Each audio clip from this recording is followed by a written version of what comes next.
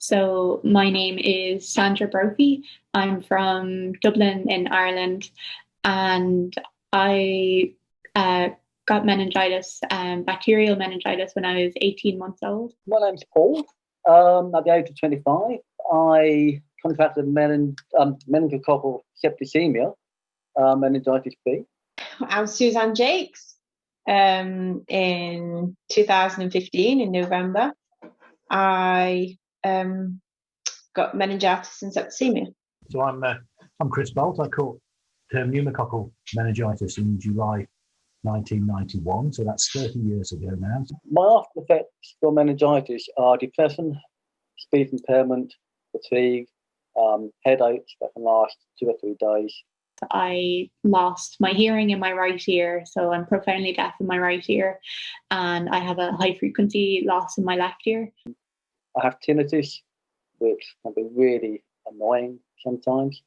Other kind of after effects have been sort of tiredness, fatigue, and sensitivity to light. So I would get quite a lot of headaches as well, just from the trying to readjust to the light in a room.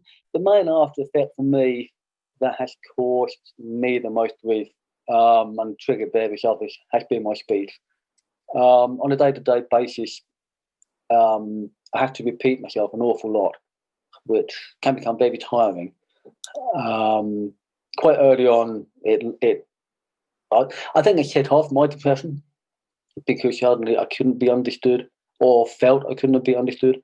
Recurrent periods, bouts of fairly debilitating fatigue, vertigo, dizziness, nausea, aversion to light, sensitivity to noise, mood swings, periods of depression, irritability, irritable bowel, irritable skin, tinnitus, confusion, often referred to as brain fog, poor concentration, memory loss. It's literally like someone has split my body completely, and on the right side is the sensory loss, and on the left side is the normal.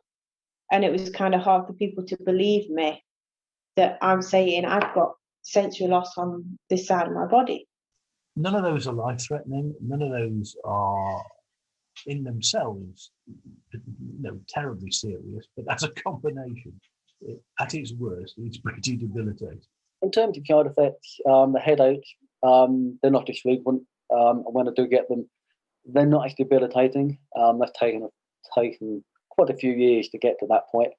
Initial recovery, I think, was about 12, 13 months.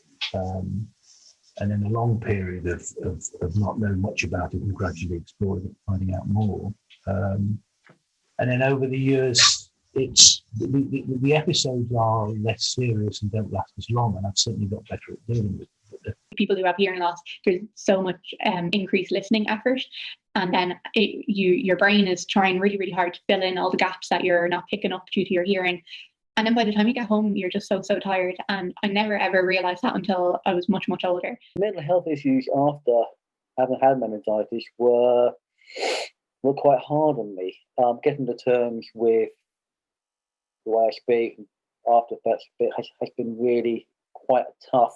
When you have a hearing loss, it can become a very kind of isolating experience to go through.